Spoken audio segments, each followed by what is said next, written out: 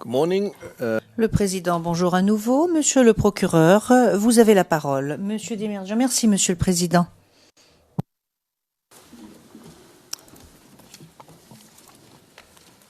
Bonjour, monsieur Kassaradé. Bonjour, monsieur Demirjian. Alors, juste avant la pause, si vous vous rappelez, nous avons vu ces 3 messages radio. Ce que j'ai noté, c'est que ces messages n'ont pas d'étampe et n'ont pas de signature. Oui. Donc, que pouvez-vous dire sur ce format?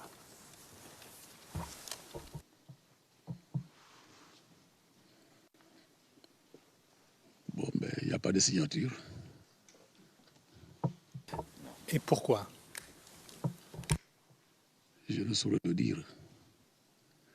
On va peut-être voir les rédacteurs du message.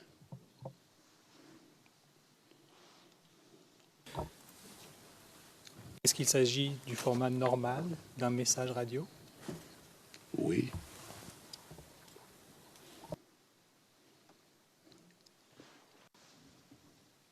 Très bien. Avant de passer à d'autres documents, j'ai 2-3 clarifications à vous demander sur des réponses que vous avez données avant la pause. Vous avez parlé du commissaire de gouvernement Ange Kessy. Vous avez dit que c'est le commissaire du gouvernement aujourd'hui. Qui était-ce en 2010? Est-ce que c'était toujours lui en 2010-2011? Affirmatif. D'accord.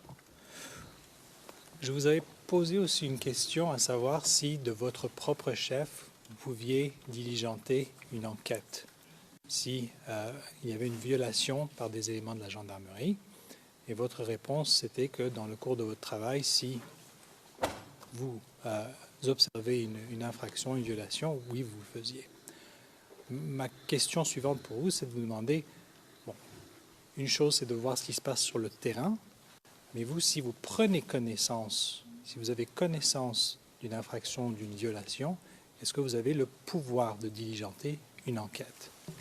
Monsieur le Président, s'il vous plaît.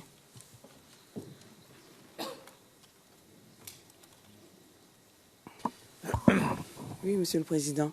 Je ne suis pas habitué à la procédure ici. Je voudrais poser une question.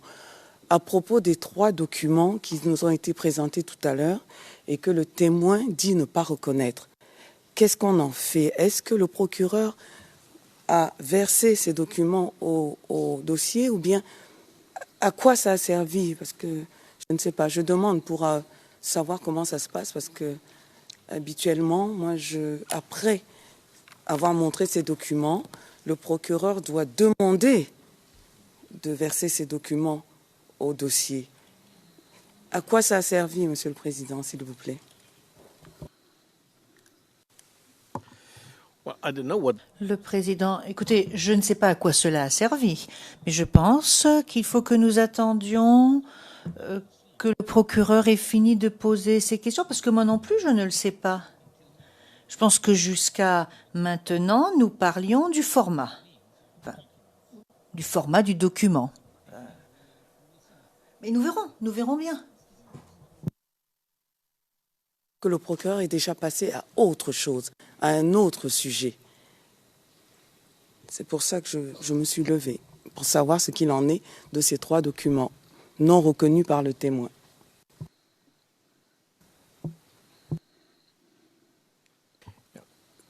Président, de toute façon, les documents ont été présentés, ils n'ont pas été reconnus, certes, mais ils sont versés, ça c'est sûr. Voilà, je vous en prie, monsieur le procureur, c'est à vous. Monsieur le témoin, est-ce que vous voudriez que je vous répète la question ou bien est-ce que vous en souvenez toujours? Il est mieux que vous la reproduisiez, s'il vous plaît. D'accord. Alors avant la pause, on parlait du pouvoir d'initier une enquête de votre propre chef. Et votre réponse à cela était de nous dire que si, dans l'action, vos éléments observent une infraction, une violation par un de vos éléments, alors là, bien entendu, une enquête peut être diligentée. Alors, ma question à vous, c'était, si vous n'êtes pas sur le terrain, mais vous apprenez, vous avez reçu de l'information, vous avez connaissance d'une infraction ou d'une violation par un des éléments de la gendarmerie ou un des éléments des FDS, est-ce que vous avez le pouvoir de diligenter une enquête? Tout officier de gendarmerie est officier de police judiciaire. Donc quand je reçois une information qui se passe dans un endroit donné de la Côte d'Ivoire, je peux demander à la gendarmerie locale de diligenter une enquête sur ce fait précis-là.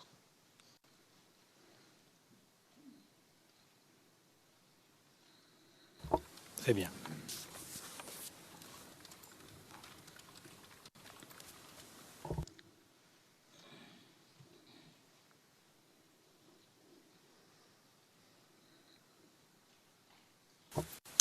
Très bien.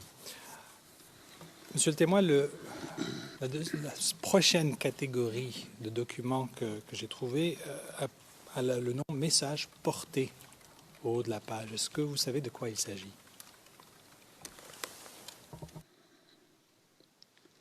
En règle générale, nos messages passent par la radio. Il se peut que la radio soit défaillante pour des raisons techniques ou par manque de radio à la personne qui est destinataire du message. Alors, on fait un message porté qu'on remet à des transporteurs allant de la ville A à la ville B pour remettre le document à l'officier ou à l'agent de police judiciaire qui est généralement le commandant de brigade. Donc, on met un message porté.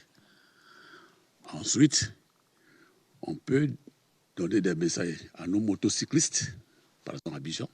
Le message est rédigé, on va le remettre à une autorité. Ça aussi, c'est un message porté. Très bien. Est-ce qu'on pourrait afficher, s'il vous plaît, le document 004400226, numéro 133 sur notre liste.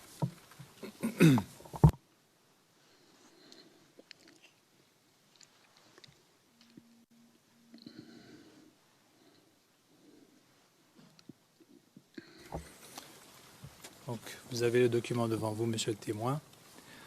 Non, pas encore. Pas encore.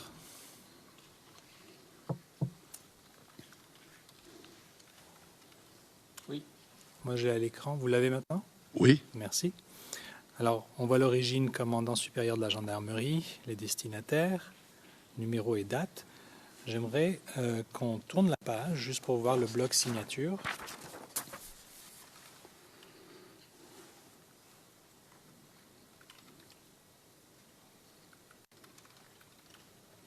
Voilà, donc c'est un document de 2 pages. Voilà. Alors vous aviez mentionné le nom de Adou Donga Denis tout à l'heure, votre chef de cabinet. Est-ce que vous reconnaissez sa signature? Affirmatif. Merci. Retournons au haut de la première page, s'il vous plaît.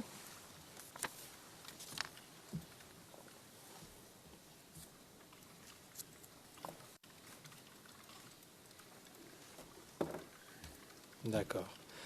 Vous voyez, là où il était indiqué « Info », vous avez un nouveau ministère de la Défense et Services civiques, SEMA, SEMA particulier du président de la République. Vous nous avez parlé du SEMA particulier, monsieur le général Touvoli, avant la pause. J'aimerais vous demander quel était son rôle? Avant d'en arriver à cette réponse, j'observe une faute matérielle de la part de mon chef de cabinet. En info, il est mis ministre de la Défense et du Service civique. Depuis 1990, il n'existe pas en Côte d'Ivoire un ministère de la Défense et du Service civique. C'est une erreur de sa part. Le chef d'état-major particulier du président de la République, en un mot, c'est son conseiller militaire. D'accord. Et à votre connaissance, que faisait-il avec les messages qui lui étaient adressés de la part de la gendarmerie? Le chef d'état-major particulier, dans sa mission de conseiller militaire du président de la République, quand nous lui envoyons des messages, nous pensons qu'il doit rendre compte du contenu de ce message-là au président de la République.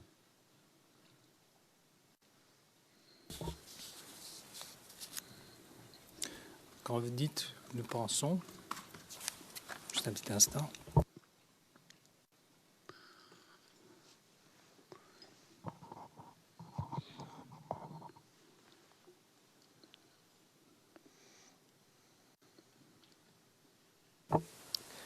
Oui, monsieur le témoin. Alors, monsieur le général Touvoli, à votre connaissance, est-ce qu'il informait le président de la République de tous les messages qui lui étaient remis par la gendarmerie? Il sera difficile de savoir s'il transmettait tous les messages. Mais nous, notre rôle, c'est de le rendre destinataire de nos messages. L'exploitation qu'il en fait, c'est de son propre gré. Pardon. D'accord.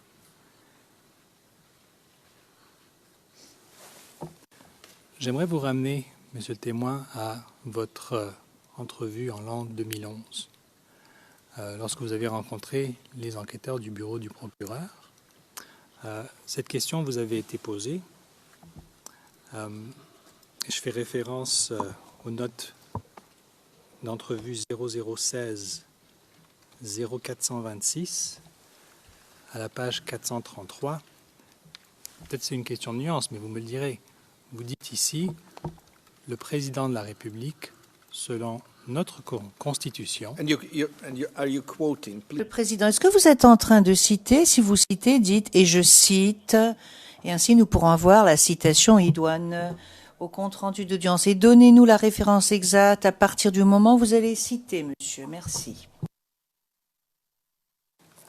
Donc je cite, à la page 433, je commence la citation. Le président de la République, selon notre Constitution, était informé de tous les messages par le biais de son chef d'état-major particulier, qui s'appelait à l'époque le général Touvoli Bi-Zogbo. Alors là, est-ce que cela rafraîchit votre mémoire? Non, parce qu'il n'est pas écrit dans nos constitutions que le chef d'état-major doit rendre compte au président de la République. Ce n'est écrit nulle part dans notre constitution. Parlons de la constitution.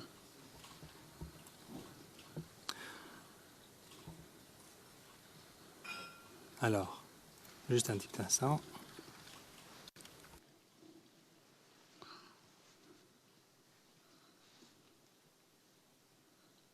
C'est la ligne 239, Monsieur le Président.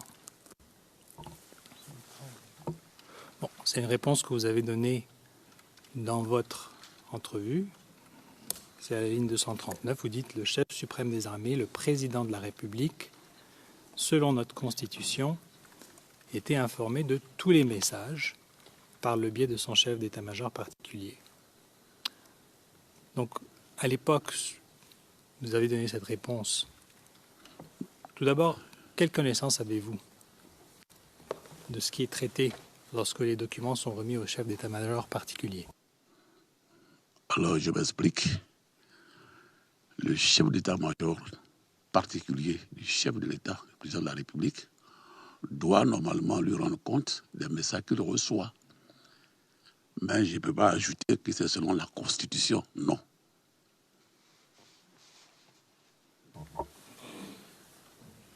Alors, mettons de côté la Constitution, si c'est le terme qui vous porte problème. D'après vous, il lui fait rapport des messages qu'il reçoit de la part de la gendarmerie. Est-ce que je comprends bien votre réponse? Monsieur le Président. Monsieur.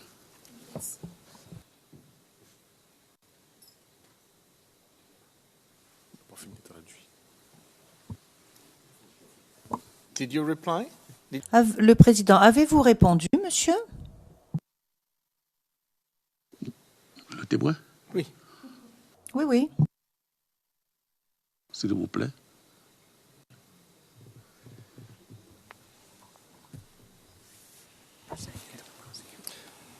OK. Monsieur le témoin. May I repeat the question? Puis-je répéter la question parce que je la lis?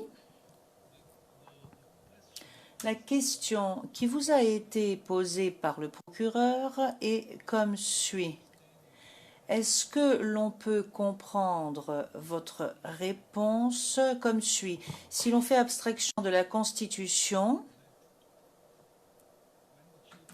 lorsque le chef d'état-major du président reçoit ce type de message, il présente un rapport au président. Et là, je parle de messages reçus de la gendarmerie.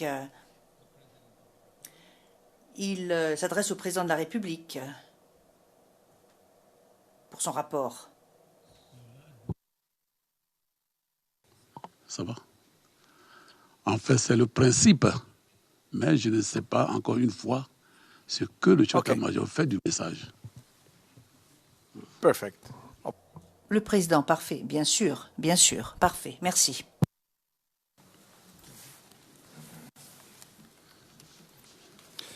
Très bien. Et juste pour clarifier une chose, monsieur le témoin, parce que je pense que c'est là dans votre réponse, mais pour être parfaitement clair, le chef d'état-major particulier du président de la République, son supérieur hiérarchique immédiat, c'est qui? C'est le président de la République. C'est monsieur le président de la République. Et tout à l'heure, on parlait du ministre de la Défense, si vous vous souvenez, avant la pause. Son supérieur hiérarchique, c'est qui? D'après ce que je sais en Côte d'Ivoire, il y a le président de la République, il y a le Premier ministre et les membres du gouvernement.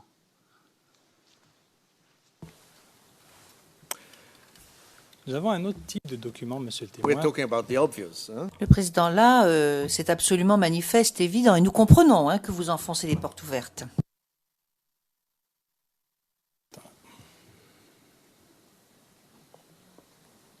Nous avons un autre type de document, monsieur le témoin, qui s'intitule « bordereau d'envoi ». Est-ce que vous êtes familier avec ce type de document? Affirmatif. Brièvement, pouvez-vous nous expliquer de quoi il s'agit? Quand vous dressez une série de courriers, il est enregistré sur un document. Le document qui accompagne ces courriers, avec les numérotations, on l'appelle le bordereau d'envoi. Très bien. Je peux vous montrer un exemple. On peut afficher le 0044 0102.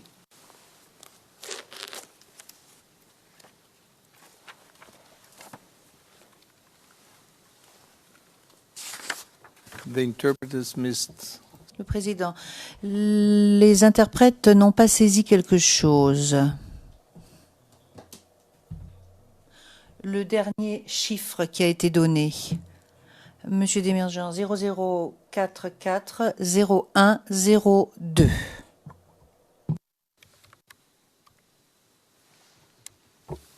Très bien. Si on peut agrandir la partie supérieure du document. Monsieur le témoin, ici nous voyons un document de la gendarmerie, en fait du centre administratif et technique que vous aviez mentionné tout à l'heure.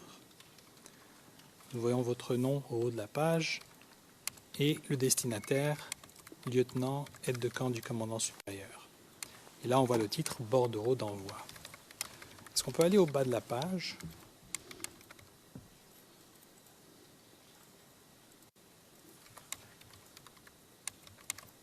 Merci. Là, nous voyons une étampe, une signature, ainsi que une étampe avec votre nom. Est-ce que vous reconnaissez la signature? Elle est vraiment illisible. Très bien. L'étampe, vous la reconnaissez? Le tampon, oui.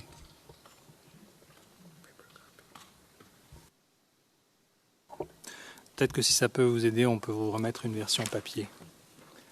Si on peut avoir l'assistance du l'officier de la Cour.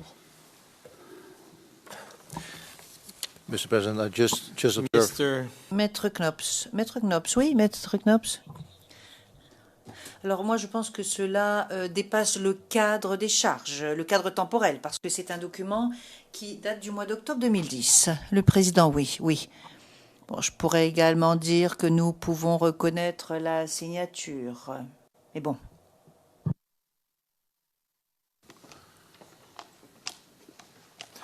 Très bien, monsieur le témoin. Si vous pourriez regarder un petit peu la signature, si ça vous aide de la reconnaître sur la version papier.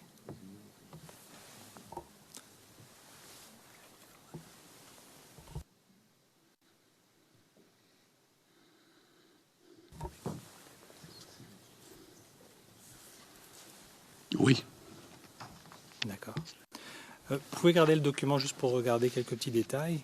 Tout d'abord, c'est l'attention de l'aide de camp du commandant supérieur de la gendarmerie. Donc ça, c'est une position qui existait à l'époque. Oui. But excuse me. Le président, mais excusez-moi, mais le témoin a dit oui qu'il reconnaissait, mais il n'a rien dit d'autre. Il reconnaît, mais ça ne suffit pas. Si vous voulez que la signature soit reconnue, cette signature, c'est la signature de qui? Répondre oui, cela ne suffit pas. C'est la signature de qui?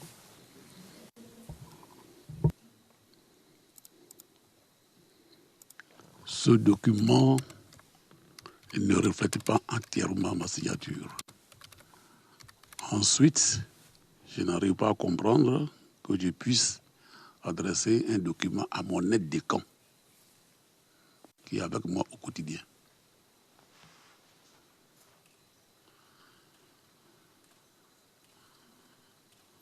Qu'est-ce que vous voulez dire que le document ne reflète pas entièrement votre signature? Non, je veux dire l'origine et le destinataire. L'aide de camp, c'est l'officier qui est au quotidien avec le commandant supérieur de la gendarmerie. Je reviens sur la signature. Vous avez dit que le document ne reflète pas complètement la signature. Qu'est-ce que cela veut dire qu'elle ne reflète pas complètement? C'est une signature inachevée. Le président, puis-je vous poser une question? Est-ce qu'il s'agit de votre signature ou est-ce qu'il s'agit d'un faux, monsieur? There are only two possibilities. Parce qu'il n'y a que deux possibilités. Soit vous avez signé le document, soit quelqu'un d'autre l'a signé en votre nom, ou peut-être pas forcément en votre nom d'ailleurs. Tout porte à croire que c'est un faux, pour la simple raison que le commandant supérieur ne peut pas adresser un courrier à son aide de camp.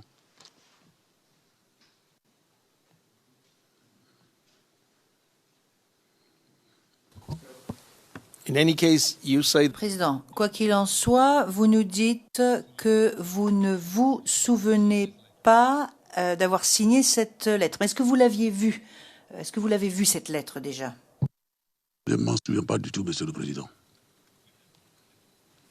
OK. Le président, bien. Monsieur le procureur.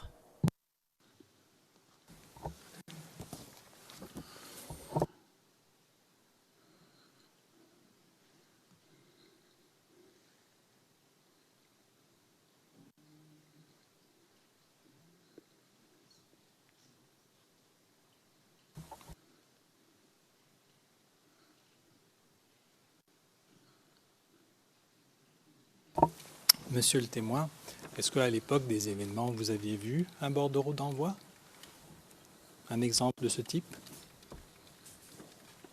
Non.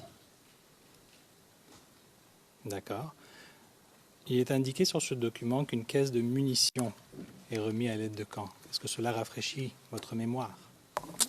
Monsieur le Président,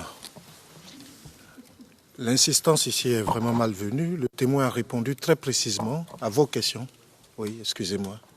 Qu'il ne reconnaît pas ce document, que ce n'est pas sa signature. Et je ne sais pas pourquoi le procureur insiste. Et ne cherche pas un autre biais à lui faire dire ce qu'il ne veut pas dire.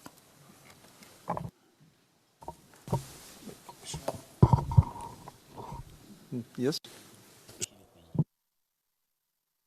précis pour reprendre donc la traduction officielle de la décision adoptant donc les directives sur la conduite des procédures. La section H, mode de questionnement, paragraphe 27, il est écrit ceci, et je cite, « Les interrogatoires seront menés de façon... » Président hors microphone. Vous savez, nous savons ce qui est écrit dans ce document. Questions répétitives ne seront pas permises. Yes. Voilà. Donc c'était pour être précis et concis. Thank you very much. Président, merci beaucoup, Maître Hendry. Mais voilà ce que je souhaiterais dire. Il n'est pas exact, en tout cas, au niveau de la traduction, parce que, bon, nous avons toujours ce problème que, comme vous l'avez dit, il avait dit qu'il ne reconnaissait pas et qu'il a dit que sur ce document ne figurait pas sa signature. Il a dit qu'il ne s'en souvenait pas. Et je pense, parce que la question, c'était la question que je lui avais posée. Il a dit, je ne m'en souviens pas. Je ne me souviens pas de ce document. Et je pense qu'il s'agit d'un faux. Mais je vois, enfin, pour ce qui est de la signature, je vois que Maître Altit est prêt à intervenir. Mais une petite seconde, Maître Altit. Donc, en conséquence, je pense que le procureur a tenté de rafraîchir la mémoire du témoin. Et c'est tout à fait... On peut procéder de la sorte, mais il ne faut quand même pas trop insister. Il ne faut pas non plus l'acculer, le témoin. Monsieur le procureur. Ah, non, Maître Altit. Maître Altit souhaitait intervenir. Peut-être pour éclairer ce débat, ce n'est pas seulement la question de la signature, mais si je reprends les termes du témoin à la page 51 des transcrits français, il dit à la ligne 2 « Tout porte à croire que c'est un faux, pour la simple raison que le commandant supérieur ne peut pas adresser un courrier à son aide de camp. » Donc ce que dit le témoin, c'est qu'en fait, un tel courrier n'a pas de raison d'être, d'où il déduit que c'est probablement un faux. Donc ce n'est pas seulement la question de la signature, c'est ce que je voulais dire, Monsieur le Président. Yes. I think Le Président, oui, c'est exactement ce que j'ai dit. Il n'est pas sûr, c'est une déduction. C'est une déduction, ça n'est pas une certitude.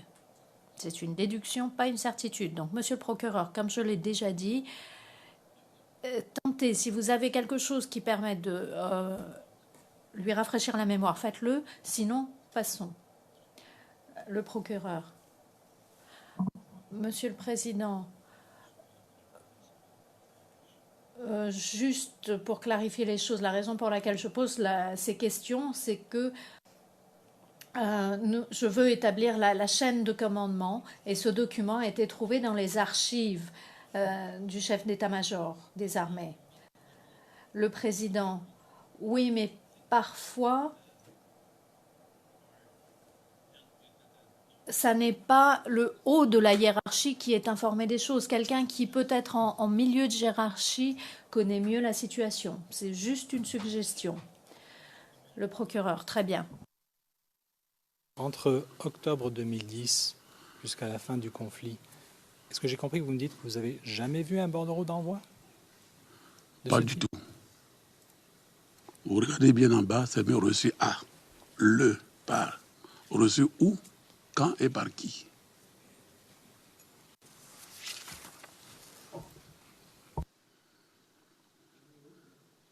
Can we please? Le Président, pourrait-on revoir nos écrans?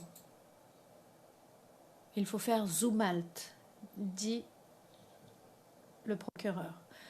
Le Président, zoom alt, oui, très bien. La signature sera plus claire sur celle-ci. Le S'il vous plaît, le 0044 0101.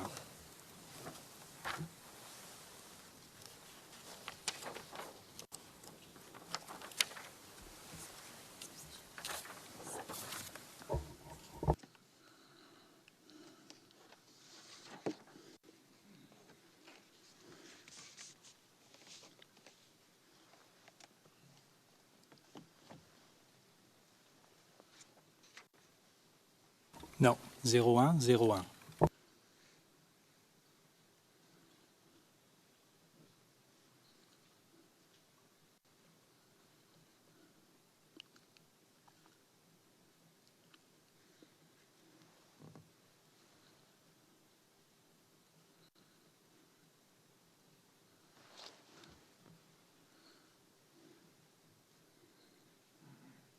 Très bien.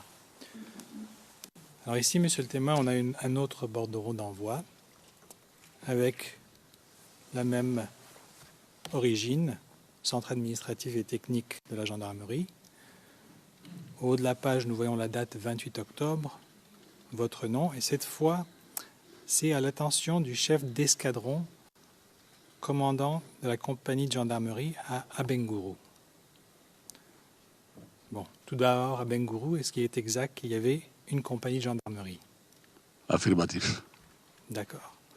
Vous voyez le titre bordereau d'envoi. J'aimerais qu'on descende un petit peu, s'il vous plaît.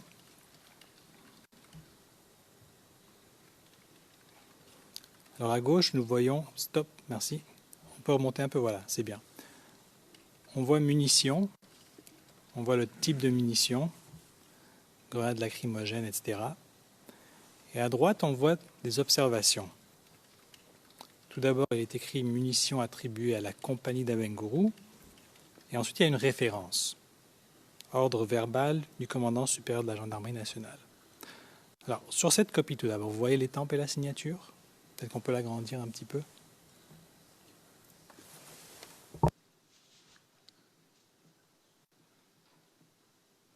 Est-ce que vous reconnaissez cette signature, monsieur le témoin?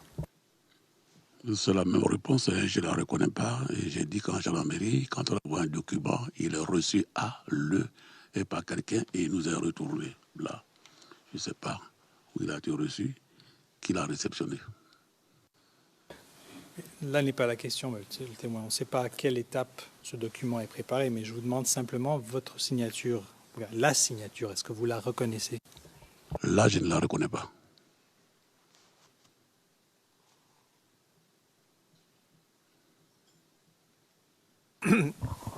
Again, do you... Président, une fois de plus.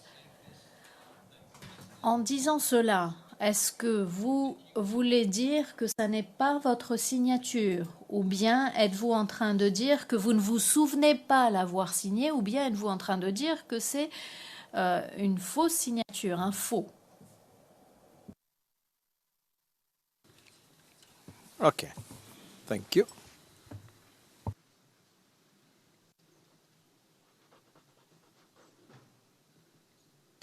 But excuse me, another thing. Président, est-ce un faux qui tente d'imiter votre signature? Affirmatif. Thank you. Le président, merci. Monsieur le procureur. Is it possible? Le président, excusez-moi. On est toujours en train de travailler ici avec des copies, des photocopies, etc. Mais où sont les originaux de ces documents? Ça fait déjà plusieurs mois que j'ai cette question à l'esprit, parce que parfois on pourrait procéder à une expertise sur un original, mais on ne peut pas le faire sur une photocopie. Il faut l'original. Donc je demande au bureau du procureur où sont les originaux. Le procureur, Monsieur le Président, lorsque nous recueillons des documents, nous faisons des photocopies et les originaux restent dans les mains des personnes qui nous ont procuré ces documents. On ne prend jamais les originaux, mais les enquêteurs inscrivent toujours où ces documents ont été trouvés, à quel moment et qui les a remis. Le Président, je m'abstiendrai de tout commentaire supplémentaire à ce sujet. Monsieur le témoin, alors, vous avez répondu. Regardez bien la signature que vous avez à l'écran. Est-ce qu'on peut remettre une copie au témoin, s'il vous plaît?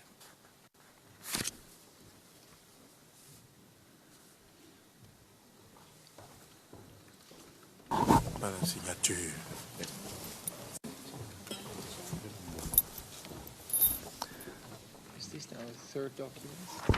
C'est le document à l'écran. À l'écran, oui. Monsieur le Président, s'il vous plaît.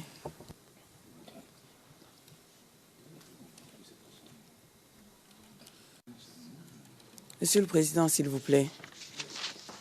Comment doit-on Président, oui, un instant. considérer cette attitude du procureur? Le témoin a dit, après que vous ayez posé la question à plusieurs reprises, que c'est un faux, qu'il ne reconnaît pas cette signature, qu'elle semble être imitée. Que veut le procureur en lui donnant la version papier d'une photocopie? Non, Monsieur le Président, pas jusque-là.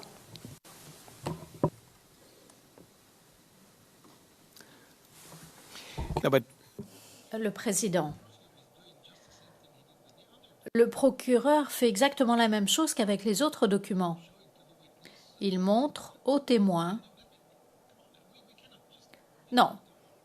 Je ne veux pas que ce soit un dialogue simplement entre nous. Il montre au témoin la copie papier. Alors, j'ai moi-même parfois du mal à comprendre pourquoi ou ce que fait le procureur, mais le procureur. Pourrait-on mettre côte à côte les documents 0044, 0025?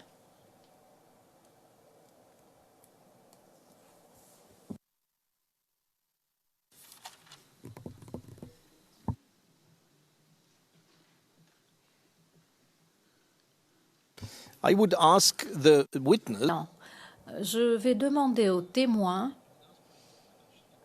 en fait, je vais demander à la Cour de présenter au témoin une feuille de papier, une feuille blanche, et je vais demander au témoin d'y apposer sa signature. Et j'aimerais qu'il le fasse maintenant. Le représentant du témoin, nous avons une feuille ici. Le président, très bien. Je vais donc demander au témoin d'apposer sa signature. Nous lui attribuerons une cote et nous déposerons cet élément au dossier. Et vous pourrez peut-être à ce moment-là comparer pour voir si oui ou non il s'agit de sa signature.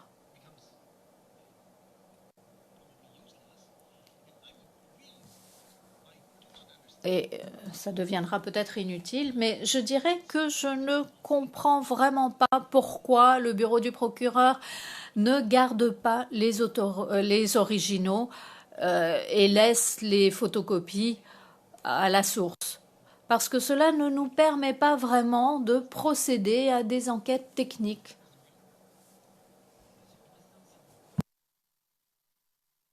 Pour bien comprendre l'exercice auquel se prête le témoin, nous procédons à une expertise de sa signature?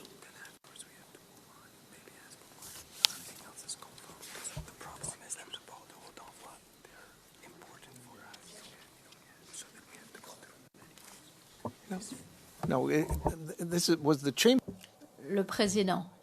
C'est la Chambre qui fait cette requête, pas le procureur. Je viens de demander au témoin de signer, d'apposer sa signature sur une feuille blanche. Point. Monsieur Van Bonnet, Monsieur le Président, souhaitez-vous que le témoin date cette feuille?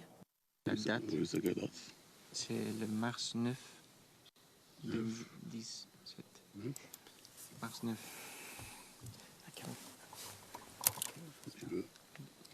Mars 9 2017. L'AE.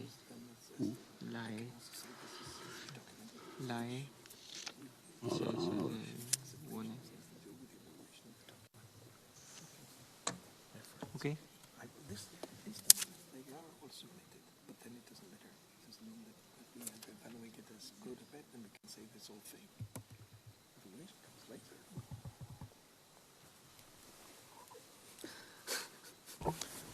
In the meantime, is the registry capable of displaying two? Le procureur, entre-temps, le greffe pourrait-il mettre côte à côte les documents?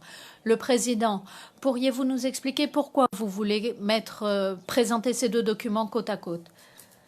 Bien, dans ce cas, au moins présentons le document 004-025. C'est un document que nous avons déjà présenté et sur lequel le témoin a reconnu sa signature.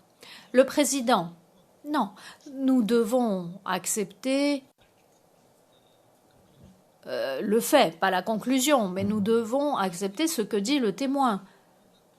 À partir de là, on pourra en tirer des conclusions, mais on ne peut pas forcer le témoin à dire quelque chose qu'il a nié, ou on ne peut pas lui faire dire le contraire de ce qu'il a déjà dit. À mon avis. Le procureur, je comprends ce que vous nous dites. Est-ce que vous êtes... Alors, je passe à un autre sujet. Est-ce que vous êtes familier avec un document émanant de la gendarmerie dont le titre est « Point de situation » ? Oui, affirmatif. D'accord. C'est quoi un point de situation? Chaque jour, pendant les événements, le commandant de la Légion départementale, aujourd'hui territoriale, qui a ses brigades sur l'ensemble de la ville d'Abidjan, nous rend compte de ce qu'il a vu et de ce qu'il a entendu. On appelle ça le point de situation. Très bien. J'aimerais vous montrer un exemple. Si vous pouvez nous aider, c'est le 0043 0320, numéro 77 de notre liste.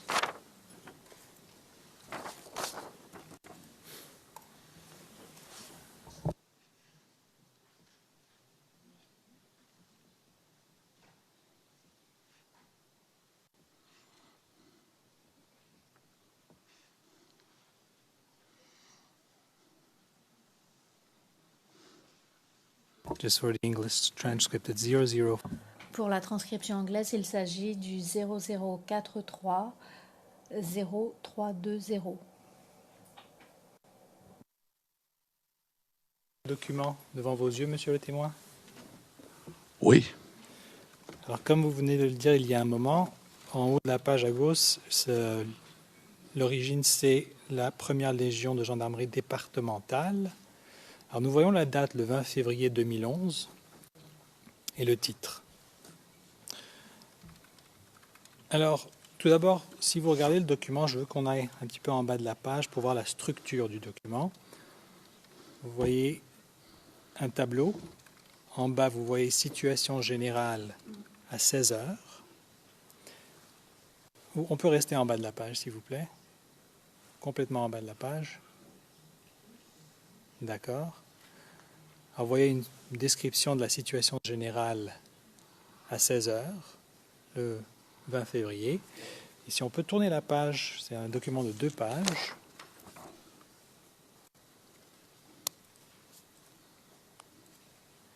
Merci, si on peut agrandir un petit peu. Là, on voit le reste de la situation. On voit les destinataires. Et nous voyons l'auteur et la signature. Donc, on voit colonel-major Béli Gabo-Gilbert. Alors, était-ce bien à l'époque le commandant de la première légion départementale? Affirmatif. D'accord. Sous les destinataires, nous voyons le commandant supérieur de la gendarmerie, donc ça c'est vous. En dessous, nous voyons commandant des opérations de la gendarmerie, COG. De quoi s'agit-il? Le COG, c'est un bureau commandé par un officier qui a pour mission de recenser justement tous les points de situation que nous sont faits, en faire le compte-rendu afin de donner des directives.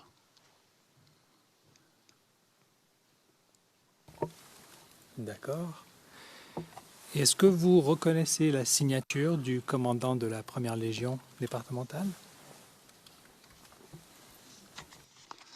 Ce serait très difficile, puisque je n'ai pas sa signature au quotidien. Mais je connais son existence. et sa fonction.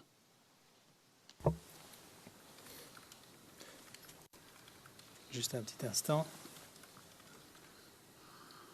Parce que vous nous disiez tout à l'heure que, et ça c'est à la page 59, chaque jour, pendant les événements, le commandant de la Légion départementale nous rend compte de ce qu'il a vu, de ce qu'il a entendu.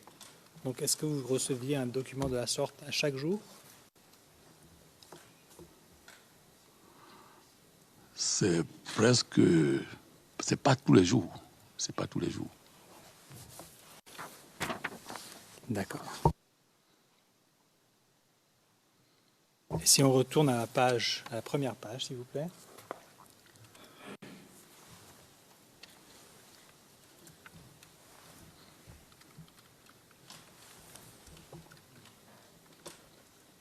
D'accord. Si on focus sur le haut de la page, voilà, c'est bon. On voit au milieu de la page journée du 19 février à 18h au 20 février à 16h. Je voulais simplement vous demander, est-ce que pour ce genre de point de situation, y avait-il une heure de tombée régulière ou bien est-ce que ça variait de jour en jour? Cela variait de jour en jour. D'accord. Alors, est-ce que ce point de situation que vous avez devant vous, il vous semble être dans les règles? Est-ce que c'est un document typique que vous receviez à l'époque? Au point de vue format et forme, c'est exact. Mais je n'en recevais pas tous les jours. Très bien.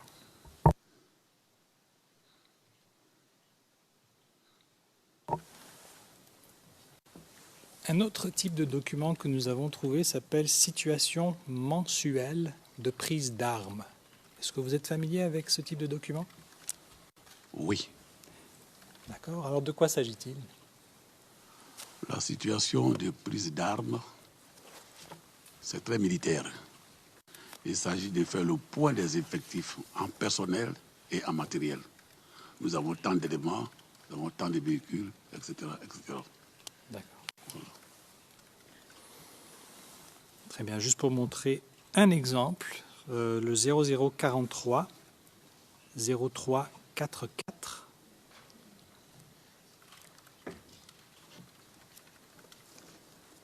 Could council please give reference? Le président, le Conseil pourrait-il lire les codes lentement? Le message nous vient des interprètes. Yes, Mr. President. I'll repeat it in English. 00. Le procureur, je vais répéter en anglais, Monsieur le Président. 0043-0344.